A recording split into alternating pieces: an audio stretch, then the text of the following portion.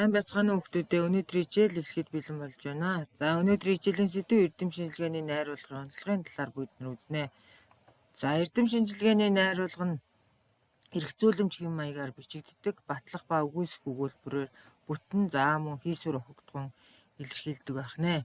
За эрдэм шинжилгээний найруулга гэдэг нь шинжилгээ ухааны салбарт үйлчилдэг танин мэдхийн шинжтэй хүнд мэдлэг олгоход зориулагдсан хүний мэдлэгийг дамжуулах гол үүрэг бүхий найруулгын төрлийг бид нар эрдэм шинжилгээний найруулга гэнэ.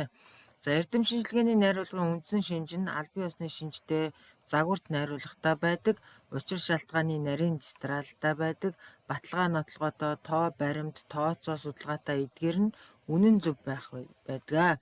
За ишлэл зүйлт, бүдүүвч, томьёо, тэмдэг, жишг, зураг хэрэглэдэг. Мөн оюун дүгнэлт хийсэн байна. Дүгнэлтэнд хийсвэрлэл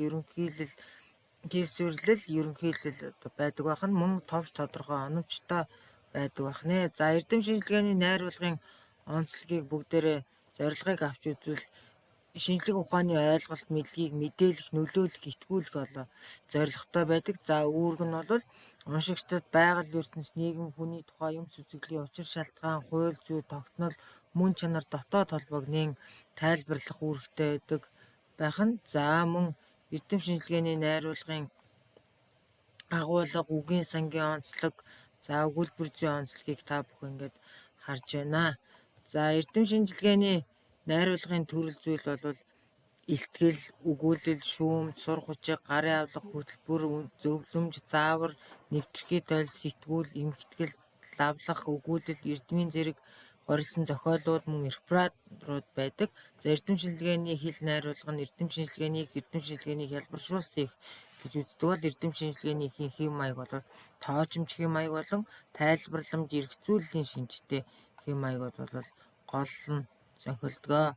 За эрдэм шинжилгээний найруулгын үгийн сангийн онцлогийг авч үзвэл та бүхэн харж байна. Шинжлэх ухааны зохиолд хэрэглэгдэх үгс бусад төрөл багтдаг үгийн тоогоор харьцангуй цөөн бас нарийн мэргэжлийн үг хэллэг нэр томьёо түгээмэл хэрэглэгддэг. Мөн нэр томьёо голдуу нэрээр бүтсэн дам ба нийлмэл үгс мөн өгүүлбэрээс бүтнэ. Жишээ нь өгүүлхүүн, арга зүй, авай, ондооших гэх мэт хэллэгүүд байна. За үгийн хэрэглэгдэх давтамж бол их байна. Гадаад үгийг хэрэглэн шинжлэх ухааны зохиолд хэрэглэсэн зарим содон оновчтой өгүүлбэр хэвшмэл хэллэг мэт хэрэглэгдэх нь бий. За жишээг харж байна те. За эрдэм шинжилгээний хэл найруулгууд уран сайхны үг, этгээд бүдүүлэг үг, хар ярианы хэл бол үг төдийлө ордоггүй. За аялга үг, хоёрдмол сал утгатай үгийг бол хэрэглэхгүй. Хийсвэр утгатай үг болон тоо баримт бол хэрэглэдэг байх нь. За хэл зүйн онцлогийг бүгдээрээ харж байна. За эрдэм шинжилгээний зохиолын найруулгад нэр үг, тэмдэг нэр, үйл үг их хэрэглэгддэг. За шинжлэх ухааны зохиолд үйл үгийг голдуу одоо цагийн хэлбэрээр нэгдүгээр биеийн төлөөний үеийг олон тоогоор бичиж хэвлэсэн байдаг. Жишээ нь бид энэ жишээ баримтад эргэлзэж байна. Энэ ийм өвчин хүний хооллох дуршлыг бууруулдаг байна гэх мэтчлэн.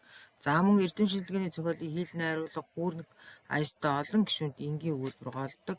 Эзэн биеийн өгүүлбэр нэлээд хэрэглэгддэг. За өгүүлбэрийн зэрэгцсэн гишүүд оруулсан үг хэлбэг байдаг. Шинжлэх ухааны найруулга өгүүлбэрийн гишүүдийн тогтсон дистра болон догол мөрийн үүрэг их байдаг. Тухайлбал нэг догол мөрт багтсан өгүүлбэрүүд нэг нь томоохон санааг бол гаргаж байдаг. За анхаарал хандуулсан та бүхэндээ баярлалаа.